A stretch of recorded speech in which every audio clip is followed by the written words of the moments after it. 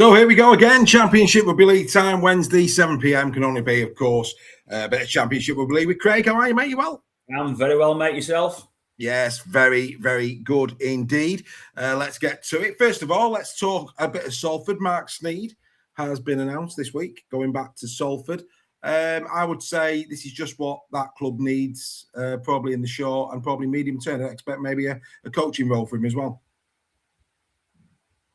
Yeah, I think it's a good move, to be fair. I think it just shows the progress that they've made so far since the restarted at the start of the season. I think, as you said there, it's probably what the club needs, getting a player back with the calibre of Mark Sneyd and bringing him into the club. It certainly helps, I guess, their further recruitment as well in the off season, if they can show the quality of players that they're bringing in and the players that they're retaining as well. You know, it certainly looks all good news for Salford. Yeah, absolutely. I couldn't agree with you more. Really good indeed. We wish Mark well. Great pro, and I think still got a lot to offer, especially at that level. I think he'll be fine next season in the Championship. Over to Barrow, they brought in Ellis Gillam from Toulouse on loan, bolstering the ranks.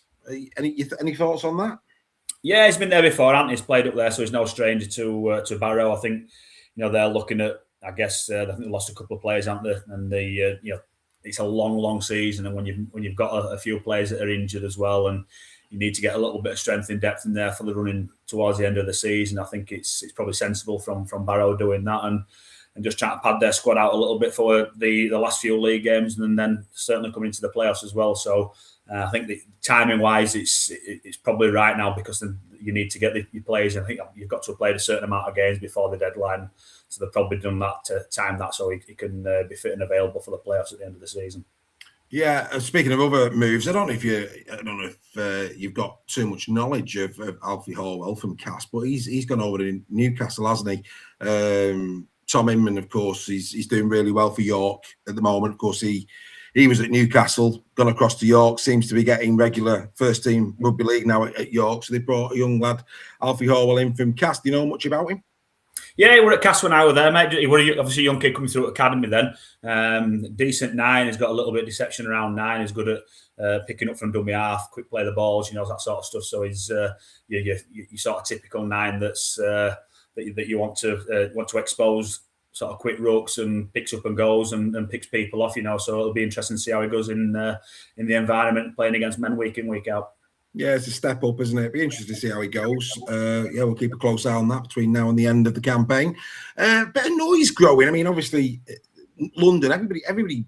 Everybody's thinking London's a shoo-in for Super League, but depending on who you listen to this week, maybe not so. There's a few saying that they expect the status quo to remain next year. I mean, if that is the case, London will be devastated, and again, that creates a problem in terms of selling the Championship next year, such as the strength of London. Yeah, it does, and I think it's sort of, for me, it goes back to what we've maybe mentioned a few times previously about the lack of decisions and the insight into the decision. We shouldn't be getting to the point now where 6-7 games off the end of the season coming into the playoff campaign, and we still don't know what the situation is next year. You've got London making the signings that they're making, fully expecting or fully hoping to be in Super League, which that might now not be the case. And we shouldn't be getting into a situation where we're this close to the end of the season and teams still don't know what the structure is, who's going to be playing where, what they're going to be doing. Because it impacts on what you do, the business that you do. I guess if London had got a definite answer of no, you are not going to be in Super League next year, do they hold back the money that they're potentially spending next year to save it for when they do get up there? Or would they still do exactly the same thing and try and dominate the Championship like they have done this year? I don't know. It just seems to be a little bit... I guess it's just a little bit daft for me that we're in a situation where teams don't know what division they're playing in the following season. We had at the start of this season where we didn't really know what the campaign was going to look like after we'd all started pre-season training. We seem to do it year in, year out in rugby league, and we don't help ourselves in terms of marketing the Championship and marketing the Super League and marketing the game as a whole. That we need to know what the structure looks like. Can you imagine football? In the Championship at football, not knowing whether you're going to be allowed to be in the Premier League the following season. It's just a crazy situation that we seem to keep allowing year after year after year, and we need a little bit of a little bit of governance, a little bit of guidance, and trying to get some sort of stability there and structure in place that we know what we're playing towards, we know what we're doing, and rather than chopping and changing year in, year out, that we know what system that we're playing in the Championship, we know what teams are going to be where. And I think we should know at the start of the season what the competition is going to look like the following season. Teams, if we're doing it IMG, we should know, if we are doing IMG, what points teams have got, and do it 12 months in advance. So if you know that you're going to be in Super League in 12 months' time, it gives you 12 months to plan. If you know you're not going to be in Super League in 12 months' time, then you've got another 12 months to get yourself ready for the application process the year after. It just seems backwards at the minute that we don't know what we're doing. Yeah, I mean, you mentioned football. I think even non-league have got better organisation than what we're seeing. And of course, it's a big job for the new CEO. Hopefully, that can bring a little bit of structure and stability into it when he finally arrives in November. Dewsbury Rams, Danny Addy. I did have a little wry smile when he heard this, that Danny Addy's signed on again until 2028. I mean, been around a bit, hasn't he, Danny? Still strong. Great player, though. Really, really good player. Competitor, combative. Sorry, he's just a great player to have in your team. He's horrible to play against. He's horrible to coach against, and that's the hallmark of a good player. That if you've got a player in the opposition that you really don't want in there, it just shows how good they are. Absolutely, but always good for a duet on karaoke, I'm led to believe. Jacob Bateman also tied up at Dewsbury as well. Good business there. Right, let's go to let's get to round 20. We'll talk Workington. John T tying up Jamie Duran. And it's fair to say he was an handful for you at the weekend, Jamie. I thought he had a very solid game, especially in the first half. I thought he tested your line very, very well. Good business that for Workington. Yeah, it is. He's been a quality player, as Jamie. He's moved into the pack now. Although he came in his second stint, he came back on and played half-back on that right-hand side. But he's been a great player for Workington for a number of years now. And, he's pivotal to everything that they do. And we, obviously, as we would do, we previewed Workington and identified him as being a bit of a point of difference for them from dummy half. And he's got a full bag of tricks up his sleeve. He's very, very unpredictable at dummy half. He'll kick on play 2, play 3, do all sorts of different stuff. And really frustrating that we conceded a try from dummy half from Jamie Duran sort of 6-7 minutes into the game, which we previewed that as well. So very disappointed from our point of view. But as you say, really, really good business from Workington that they've got him secured for another 2 years. Yeah, absolutely. And you're right. I mean, I know you'd be disappointed with that try conceded, but it wasn't just that try. I just felt it was a bit of an handful certainly in those opening exchanges. You must have been very relieved those hit back so quickly when George Griffin, 3 hat-trick. I mean, I know he scored a brace a couple of times this year, but a hat-trick for Big George, that was a right result, wasn't it? Oh, massive, mate. Do you know what? His last one really well. His last one, his feet, beautiful. Yeah. Yeah, well, his first one, let's just say, were very, very debatable. I think if it had been in the NRL, in the NFL, it'd have been more at home there. I think it would definitely a knock on. So I think we got away with one there. But no, Griff were absolutely outstanding. I think stats wise, 25 carries, 250 plus meters, nearly 40 tackles in the game. So just first class, just his attitude, everything that he brings to us in that heat as well, playing nearly sort of 72, 73 minutes in that heat in the middle, just a phenomenal effort and, well rewarded for his first professional career hat-trick of tries. I'm sure he told his brother about that one. But no, great. I mean, what a great all-round performance that was. I mean, he definitely had his Weetabix that morning. You make sure that you top it up for him next time you got supermarket. Yeah. Incredible stuff. Connor Bauer getting his 100th appearance for Sheffield as well. Nice way to mark that for him. I have to say, I mean, we saw a great try from Maker Sevo at Castleford. Thought Walkley was going to do the same, just didn't quite have the composure. No, he didn't. He does that really well, does Billy, where he pushes through the line and I think it was Greg that tipped onto him and he got through and we thought he were going to get there and then just got hauled back in and just lost the ball somehow. I'm not quite sure. We've not really mentioned it in training last night to him about him losing the ball with 10, 15 metres off the try line. And he's been great for us this year, that's Billy. And he's, I think he got a bit of heat stroke as well. He had to come off in the last sort of 20, 25 minutes, a bit lightheaded, a bit dizzy, so we had to take him off. And it's not off, you don't really account for a wing rotation. We had to shuffle the pack a little bit. And having lost Lewis Peach at half time with an HIA as well, we lost 2 unplanned substitutes. So it meant that some of his middles like Griff had to do a lot longer than what we'd planned in that heat. Yeah, I mean, look, I'm taking the mickey out of Billy a little bit there, but I have to say he made up for it with a really good cover tackle in I think it was the second half.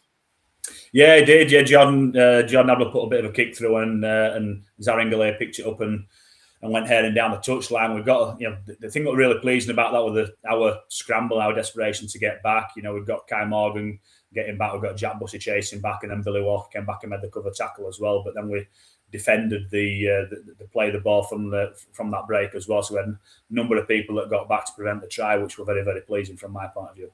Yeah, Kai showed him how to do a long range, didn't he, later in the game. But jokes aside, that partnership between Kai and Jordan Abdul, you're looking dangerous. It's clicking, isn't it? It is, yeah. I think Kai's shown a different side to himself since Jordan's been in the team. Like I mentioned previously, we've sort of moved Jordan back into like an old school 7, and Kai's a 6 that's floating both sides, and Jordan just controls the middle of the park, which allows Kai his natural running game to developing a little bit more now. And I think he's also learning from Jordan about game management. As a young halfback himself, that we know that probably Jordan's not going to play every game this season. We hope he does, but if he doesn't, it means then that when Kai has to step up and be that dominant halfback, he's had that guidance of Jordan about learning from him, knowing what to do, when to do it, how to do it, and being that leader. So not only is he developing his own game with his sort of running game and that style, playing sort of second fiddle to Jordan, he's also learning that when Jordan does step out, that he now knows what to do, and he can be that leading halfback as and when we need him to be that. So he's developed massively in the last sort of 5-6 weeks playing alongside Jordan Abdul. Yeah, absolutely. And I was very pleased with Kieran Gill as well, getting his try. I thought he ran some really good lines throughout the game. Actually, it was a winger's try, wasn't it, that he scored as opposed to a centre try. But I felt he deserved that. I thought Kieran had another good game for you. Yeah, he did. He's been kind of a bit of a knock as Kieran all season, really. He's you see him at training. He's a bit like Albert Steptoe walking around. He looks like a real old man, and he's he don't hide it as well. I think he wants a little bit of sympathy at times. Does Gilly, but no, he's been good for us these last sort of few games as well. I think, like he says, his work rate coming out of yardage this week were very, very good and well rewarded on the wing. He actually classed it himself as an old school Darren Rogers try. I'm not going to argue with him. If that's what he wants to put it down as, good luck to the lad, is what I would say. Let's go. Great win for you, mate. Great win. Another real step in the in that playoff portion and getting as high as you can. Very, very nice indeed. But like I said, I thought Workington in patches looked a really good side. They tested you, but great that you got on top of them the way you did. You must be happy with that. Let's get into Oldham. We expected them to go 15 straight, and boy, did they go 15 straight. 60 points to 16 win over Hunslet. It was only 18-12 at half time, it has to be said. But for those people who have not watched this game, please do go and watch Oldham's second try. It is a thing. I mean, defensively, Hunslet will be filthy, but let's look at the positive. They get the ball behind their own goal line and off they go. They do a full length of the field, and Walker's kick at the end, absolutely stunning for Forbes to go over. It was a cracking try, that one. One of the tries of the round. Yeah, definitely. Scoring from that sort of distance, it's you don't see it every week, do you? And Oldham are playing some great stuff out there. It's come out in the second half and score as many points as they did. Just shows the confidence that they've got and the connectivity they've got within the team. And we've got them in 3 weeks' time, so we're hopefully building towards that, and hopefully we can still be on a winning run when we play Oldham and have a good crack against them. But they're certainly showing what sort of a quality side they are. Like I said, 15 straight. It's not every season that you do that, is it? And they'll be full of confidence now. Yeah, I'm really liking what I'm seeing with them. It's the variety of tries. They've got genuine pace. I think Drinky's obviously an handful. So too's Morgan Smith. I thought Jack Walker, like I say, exceptional. And I think the fact that I thought Tom Forbury they brought in for the rest of the season from Wigan as well added so much to him as well. They've got, like I said, do you know what?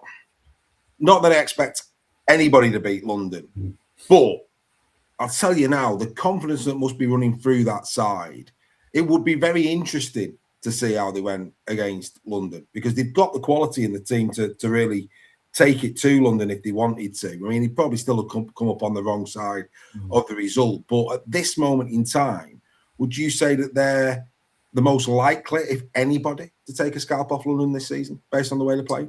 You'd have to say so with the form that they're on. You know, the 15 straight, aren't they? And we've said it before that winning breeds that confidence, and you can get through games where you're not particularly playing too well when you're used to winning games. And I think Oldham have done that once or twice in this run of 15 games. Where like Workington away is a prime example, where they got through a close game there when they probably didn't play particularly too well, and that's what winning does. It breeds that confidence. It breeds that ability to win games that you might ordinarily lose. And then, like you say, if you come up against a team like London who have been dominant all the way through the season, it's hard to see that anybody will beat London this season. But when you've got the confidence that Oldham have and the connections that they've got now and that continuity that they've got within the squad, then why not?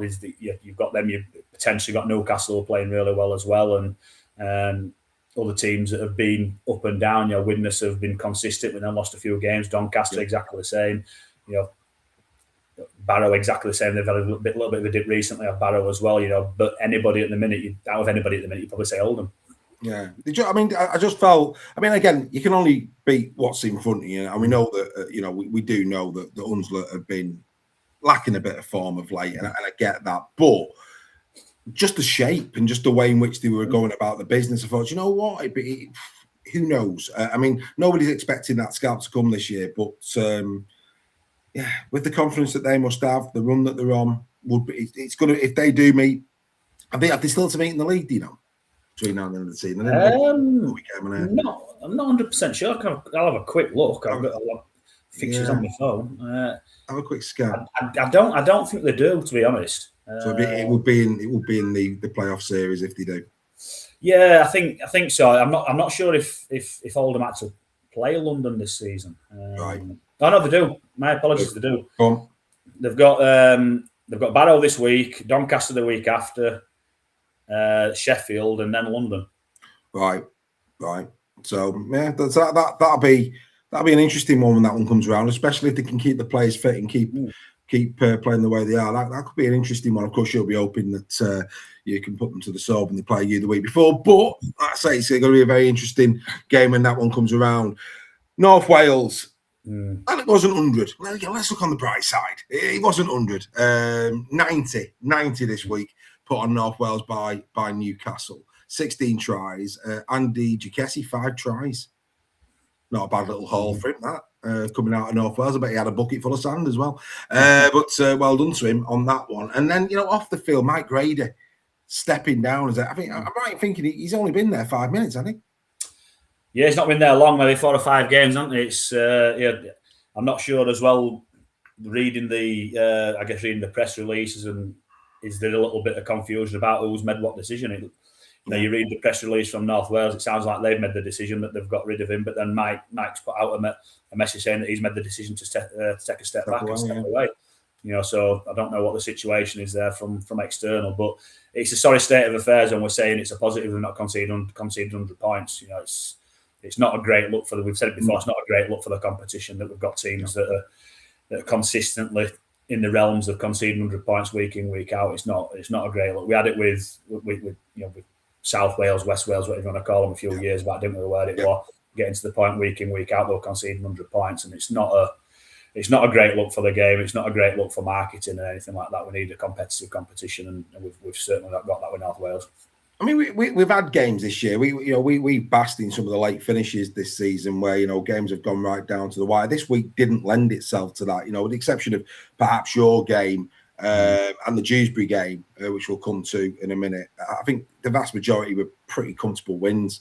You know, this week it was the turn of Super League to do the comebacks and to get people excited, because again, even in Super League this year, you've seen some big scores, but this week Super League delivered. And it did deliver in terms of some really fascinating contests and comebacks. Not so much in the Championship this week. And like you said, I think last week, you know, there's got to be questions there over this decision where North Wales was concerned at the back end of this season. It's just, like you say, when you're seeing scorelines like that at the end of the weekend, it does leave a little bit of a sour taste in your mouth. I mean, look, We then go to Midland, another great win for Midland, 42 points to 4 over Rochdale. Nice for Lewis Ellis going up against his former club and getting a brace on the day. Midland doing what they needed to do. Rochdale again, just disappointing is all I would say. But well done to Midland. Midland will take that and run, won't they?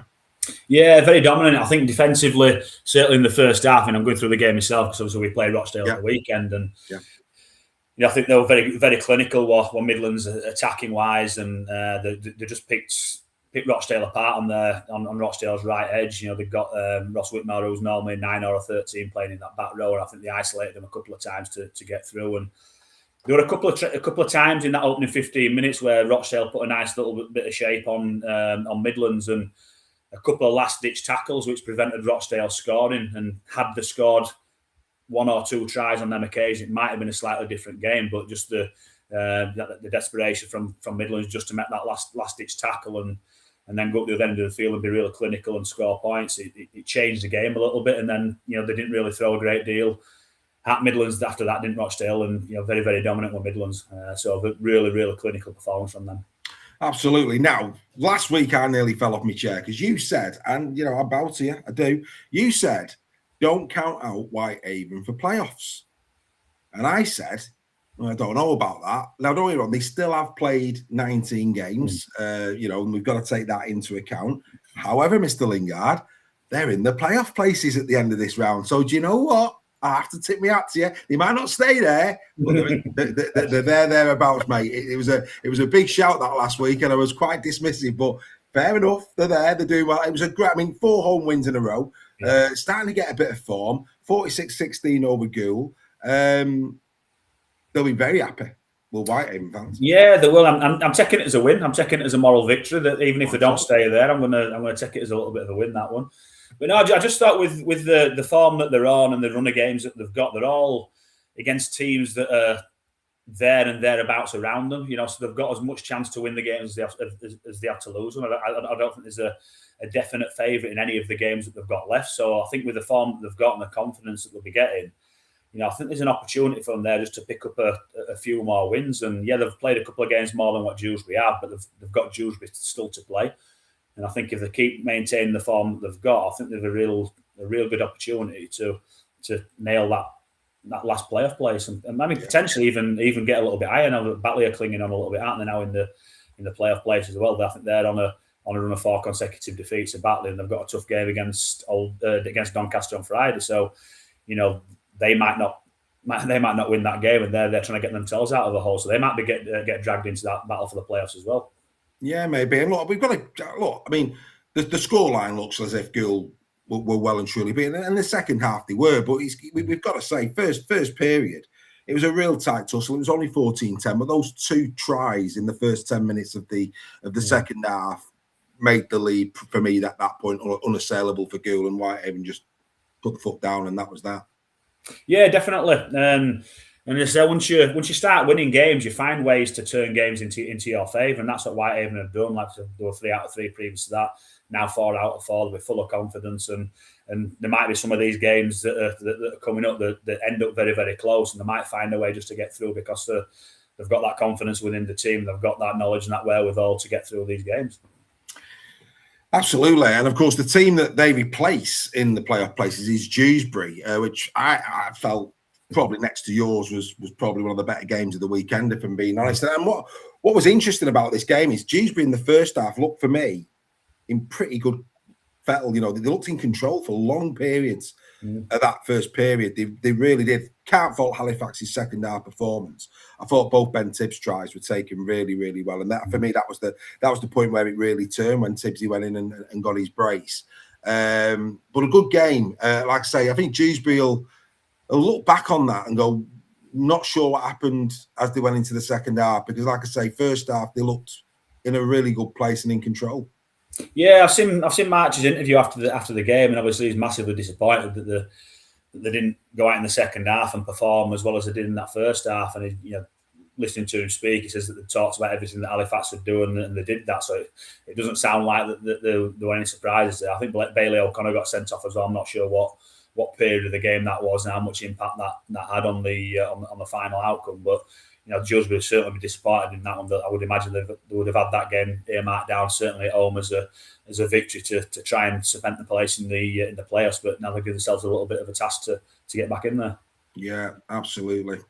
Like I say, you've got a good game though, a really, really good game. But I can imagine that's left a bit of a sour taste in the mouth, that one, because I felt Dewsbury were in a good place there at half time for whatever reason.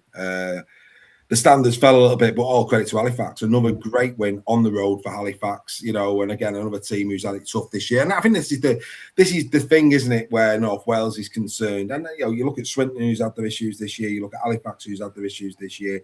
I mean, it's not been the best week for Swinton, and we'll get to that in a minute. But these teams have produced some good rugby. They've been competitive. They've turned up, and they've got some scalps along the way. Whereas at the moment, North Wales is just like a million miles away from getting any scalps. It's we're just waiting for it's almost like we're just ticking off the fixtures, aren't we? And I think that's what I mean. There's a bit of a difference between North Wales and the rest at the moment, isn't it, in terms of the decision? I think the situations were completely different as well. I think as soon as North Wales had their issues and their troubles and the basically finishes of the club, a lot of their players left.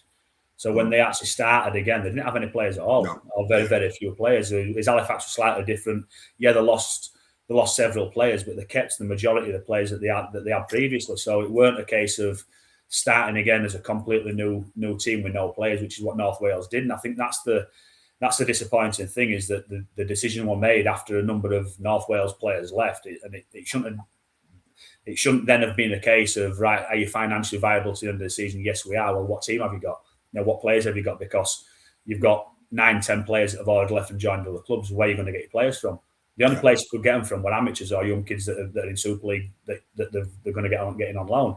And that, to me, straight away just shows a recipe for disaster and a lack of foresight and understanding about what's going to happen. And I think that was the difference between the other teams. Certainly, like Halifax, like I said, they could carry on being competitive by getting a few players in because they've maintained the vast majority of the squad that they had prior to their issues financially. Yeah, no, don't disagree with you, mate. Absolutely. The Bronx, they carried on a great winning form up against Salford. 62 points to 4 at Salford. I was half hoping that Salford would make a better fist of it than that, if I'm being honest. Hat-trick, though, for Luke Smith and 4 for Robert Mathias. I hope I'm saying that right. The Broncos from centre. Another comfortable win for the Broncos. I don't think there's too much to say. And I'm not being disparaging to London, but it is just what it is, isn't it? I mean, it is just what it is. The biggest surprise for me was the game at Swinton. I was not expecting a 56-0 win to Doncaster in that game. I don't think you probably were either. No, definitely not. I think we had a bit of a chat last week about it, didn't we? And said that we both thought that Doncaster would win the game, but we thought that if Swinton could get off to a decent start and keep it nice and tight, they might be able to take Doncaster deep. But I've not seen any of the footage of the game, but Doncaster must have done a real good number on to go over there and beat a Swinton team that have been full of confidence and playing pretty well, consistently well. I would imagine for the last sort of 2 or 3 months as well. It's a bit of a surprising result, I think, the scoreline that we've seen. But had we said that at the start of the season, the way that Doncaster were playing, then it might not have been as much of a surprise. But certainly where we are now in the season, with the comeback that Swinton have had from their start and Doncaster dipped a little bit from their start, a bit of a surprise result for me. Yeah, absolutely. And another game like last week we were getting quite excited about because they were next door to each other in the table. Of course, Widnes went into the game at Barrow 2 points behind Barrow. And we said if Widnes could get the win, they would go ahead of Barrow on points difference. And that's exactly what happened. 24 points to 8, just under 2,000 there to watch it. Great win, this one for Widnes in terms of their position in the league table. They'll be delighted.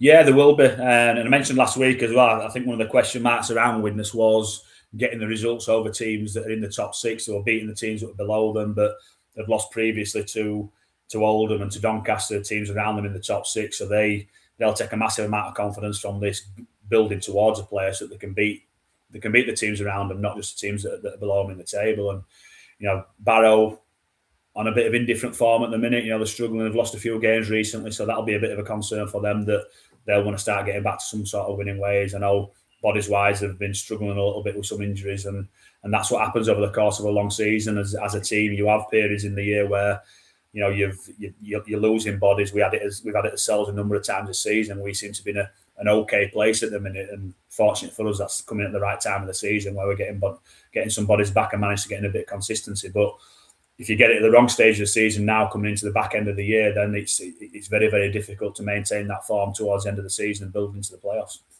Absolutely. Couldn't agree more. A great win for Widnes Vikings. So the league table then, looking at these playoff places, I think we're starting to see probably who's going to be in the mix now and who's not going to be in the mix. Of course, London top on 36. Then it's Newcastle and Oldham on 32 points apiece, albeit Oldham do have a game in hand on the Thunder. Then it's Widnes and Barrow, both tied up on 28. Great win for Widnes, like I say, leapfrogging them last week. Doncaster and Sheffield, neighbours in the league table, 24 points apiece there. Sheffield have played one game more, though, than Donny. Then it's Midland on 21 points, and then it's Batley on 16. Whitehaven now on 15 in the playoff places. And I would say, realistically, the only other team that look like they may go in. But I don't want to discount Salford, but they have played 20 games. Whereas if you look at Dewsbury Rams, they've only played 17. Your thoughts? I think it's a step too far for Salford, unless you're going to tell me I'm wrong. I think from Dewsbury up, it's going to be. That's going to be the playoffs, isn't it? Somebody's going to fall out. Yeah, perhaps, but I tend to agree. I think with I know Salford have played several more games, but I think just with the running that Salford have got as well, because of the grading, they're graded as number one team, which means that fixture-wise they get the hardest running as well. They've got a lot of the top six teams to play between now and the end of the season as well. So on paper, you'd say they've got the hardest fixture list that they could potentially have on the running. So to get some points back, if they've got games in hand, it might be a little bit different. You might give them a little bit of a bit of consideration. But I think having played more games and the running that they've got as well, you'd find it very, very difficult for them to get back into the 10. Agreed. Absolutely agreed. Right, let's move forward then. Let's get to round number 21, I think officially is this weekend. Starting on Friday night, Doncaster, they're going to be hosting the Batley Bulldogs. Interesting game this, because both teams are in those playoff places. When they met earlier in the season in round 3, Donny won a close affair at Batley by 16 points to 12. Do you see another close battle here? I don't think I do, no. I think with the form that Batley are on, having lost the last 4 games, and with the victory that Doncaster got at the weekend over at Swinton, it's difficult to see anything else other than a Doncaster victory, and it could be a comfortable one as well. I hope it is a close game. I hope it is a real good contest. But my head's just telling me that Doncaster are going to have way too much for Batley, particularly with the form that Batley are on. Fair enough. We then go also on Friday, a 7:30 kickoff as well. Widnes remaining at home, entertaining Salford. Last time out, round 13, Widnes went to Salford and won 32 points to 6. I expect a home win. Do you? Yeah, I do. I do expect a home win, but I've got a feeling this could be a real good game, a real close contest. I think Swinton have got Salford have got the London game out of the way, and I think they'll be focusing on this game now. I think it's going to be potential to be a real good game, and it depends on how Widnes turn up. But yeah, I think a Widnes victory, but I think it'll be a very, very, very, very close game. Look forward to it. Always worth going down to Widnes on a Friday night at 7:30. Get yourselves down there. Saturday, 2 fixtures starting at 3:00. And it's Goole taking on Dewsbury Rams. And, of course, Goole have had 5 wins this season. One of them came against the Rams away from home in round 4, 16-14. A real tight tussle it was the last time these two met each other. Could Goole do the double? They could. And it's 2 teams coming off the back of a defeat each last week. It's...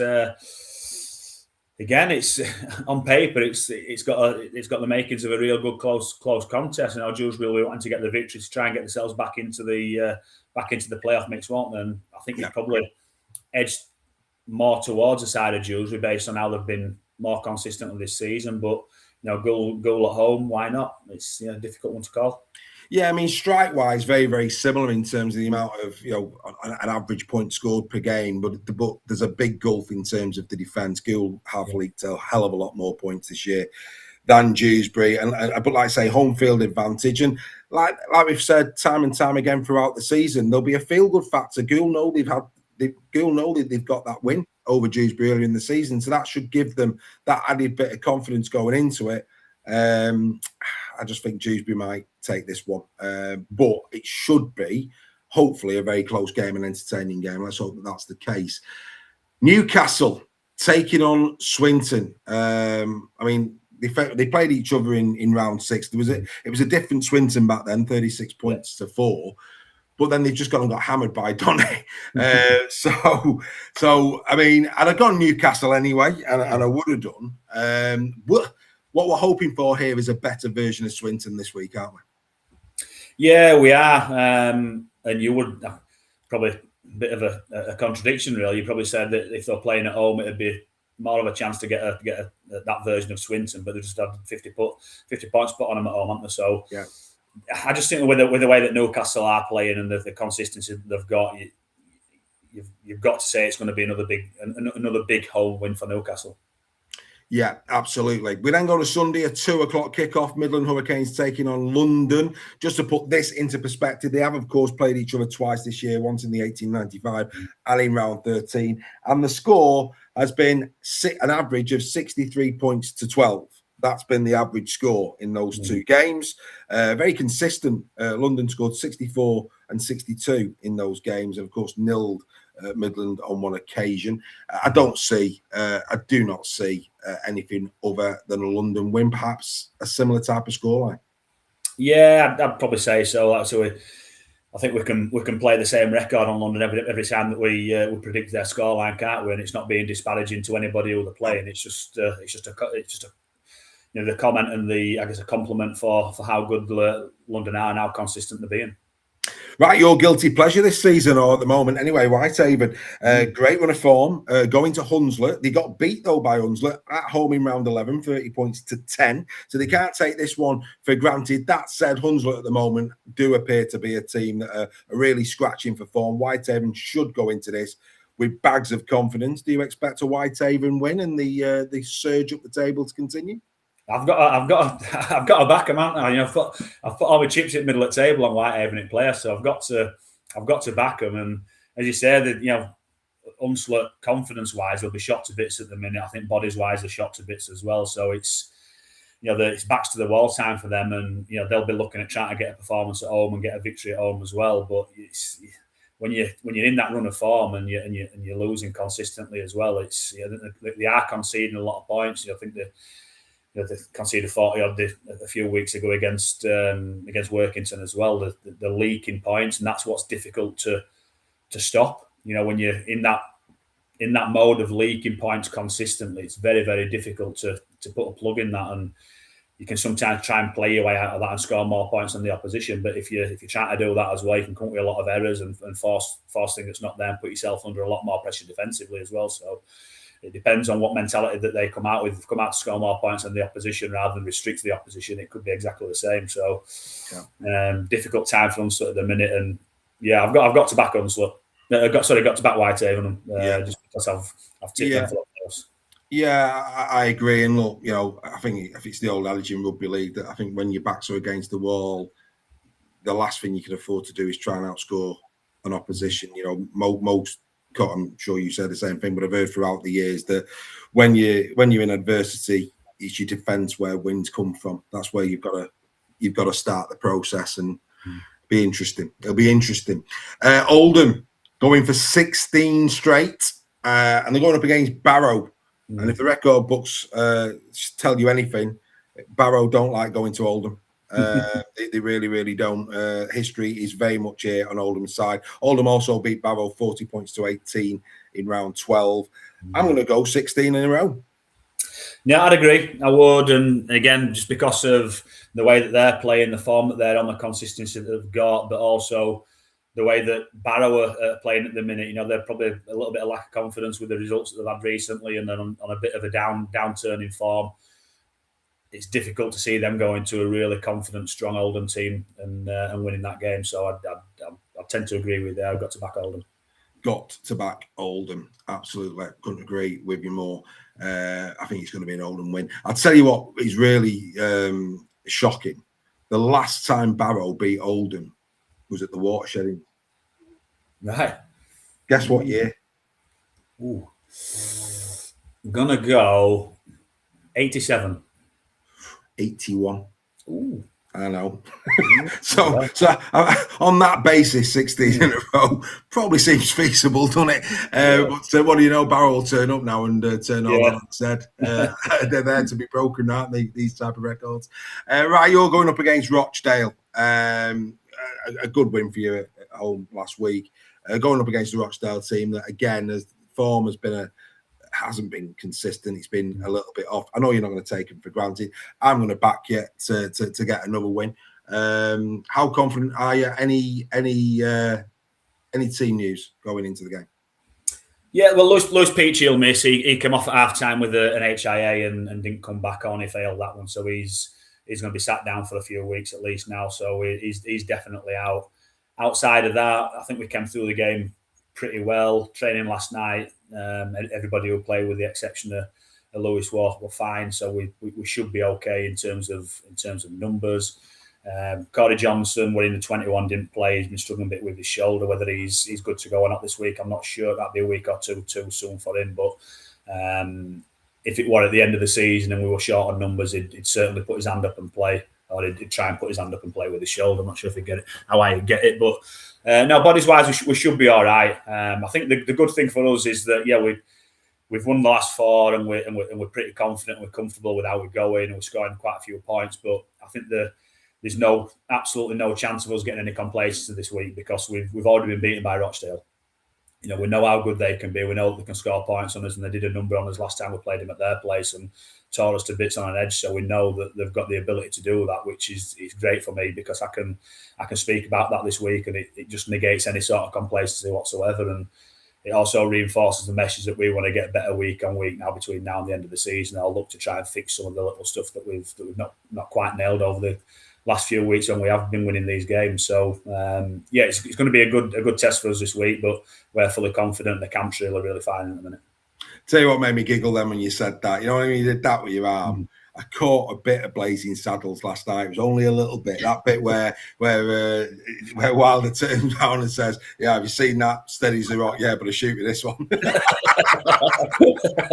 Absolute comedy gold. Great film. Oh, mate, and it's just like that. Oh, I was just before I went to bed, and I was belly laughing. That is so funny. Anyway, we digress. But it just reminded me of it when you did that. I was like, wow. And that's what I bet you I could tell something going around in your head. Because it was gritty. You got a smile. I could see corners of your mouth going, and you get that another something going around in your head. I could tell you thinking, what's up with him? And that's what it was. Blazing Saddles just coming to my head. I couldn't get it out. Outstanding. Right, Workington Town taking on Keith. Both of these are going to fancy this one. Both of these will fancy this one. We're getting into that back end of the season now, where you've got to take your wins, you've got to have hope for next season and all the rest of it. And I think both Workington and Keighley will go into this and they'll both fancy it. And in some strange kind of way, could be a really good game, this. Yeah, it could. I think I'd probably have to side towards Workington. I think, injury-wise, I think Keighley are struggling bodies-wise at the minute. I think they're looking around trying to get some people in on loan because they've lost a few players. Yeah. I think Callum Phillips went off with a bit of an hamstring injury against us at the weekend. So whether it's a serious one or not, or whether he can get through and get back on the field and play this weekend, I'm not sure. But Workington is certainly better when Callum Phillips is on the field.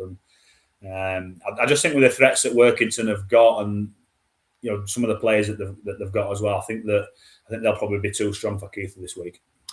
Look forward to that. Look forward to seeing what happens. So let's just run through those fixtures like we always do before we go. Started on Friday night, Doncaster take on Batley at 7:30. Widnes Salford the same time. Then Saturday at 3 o'clock, Goole against Dewsbury. Newcastle against Swinton kicks off at 4. Then on Sunday, 2 o'clock is Midlands against London. And then the rest are all 3 o'clock. Hunslet Whitehaven, Oldham Barrow, Sheffield take on Rochdale, and Workington take on the Keighley Cougars. We're getting into the business end of the season slowly but surely. And Craig's tip, Whitehaven find themselves in the playoff places after round 20. Who'd have thought that? The man knows what he's talking about. From both myself and Craig, we hope you join us again next week for more Championship Rugby League. Go and enjoy it, and we'll see you on the other side. Bye for